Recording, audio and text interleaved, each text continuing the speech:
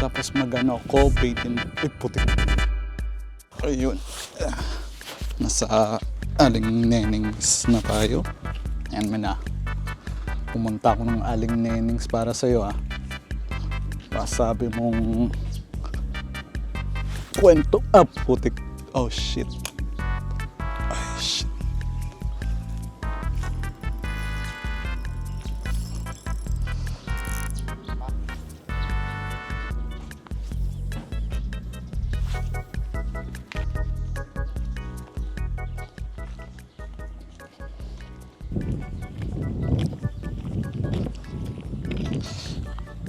Ay, meron dyan. Taw-taw nga natin.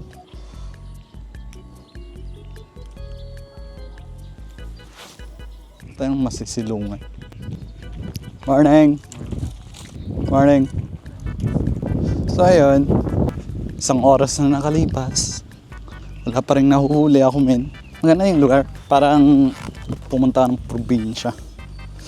Pero nakakatakot yung dadaanan mo. Ano mo yan? Tingnan mo to. Ano? Tingnan mo yan? Tingnan mo yan? Hirap yan. Kanina pa ako ang lakad ng lakad dito eh. Kanina to. Nakaiwan na to. Ay.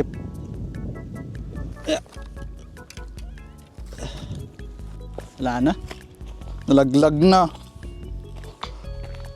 Nalagdag na yung ano ko. Ay nako, ang paborito kong lure. Nawala na. Ay nako. Dapat alis na ako dito natin. Lungkot naman. So yan. Nawala na ako ng ano, ng lure. Nalaglagan na. Wala pa rin. Pero may nahuhuli naman sila. Bait and wait yung ginagawa nila dito sa ano eh. Sa Aling Nenings. Nung tinitingnan ko sila, bait and wait lang ginagawa nila dito eh. Grabe timing dito. Oh, mababaliw ako dito. Hindi pa naman nagsasalita yung mga nanguhuli ng isda dito. Ano lang ako lagi dito. Soft bait lang lag na lang ako. Kasi kapag magano ako dito eh, ang tawag dito, hard bait. Laging donate kapag hard bait. Pero pangit hard bait. Magastos. Mahal. Siguro 200 tapos tatapon mo lang sa sa dagat. Pangit naman ang ganun. Kaya yung ginagawa ko na lang, mag-ano na lang ako, soft bait. At least 30 pesos. Ano yun? Mura. Maganda pa naman. Yung napasok ko. Pasok ko ah. Ay. Punta naman tayo sa dulo. Kaya dulo na ito.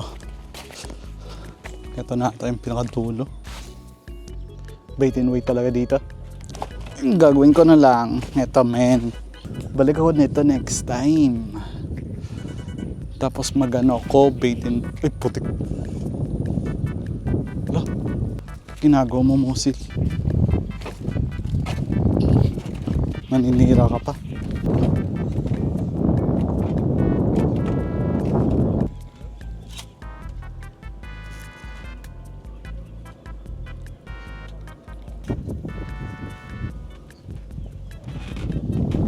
Wala akong mahuli eh. Kung sa Manila Bay, pwede pa ata eh. Pero dito, tinapay lang ginagawa nila dito at ano eh, hipon eh.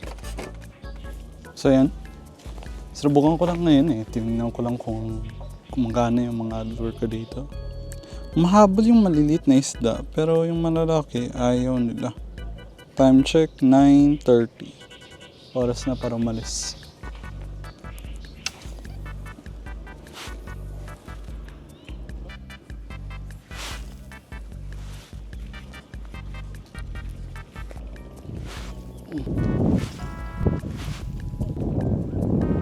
So yun, kanina pa akong kakas dito, wala pa rin ako nahuhuli.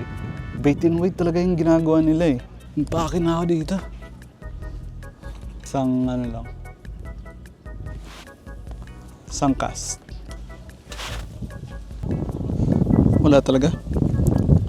Wala talagang wala akong mahuli. Sa totoo, pumunta lang ako dito para masubukan yung ano, yung mic ko. Kung maayos. Maray natin, maayos talaga yung ano, yung mga recording ko na to. Tapos i-upload ko.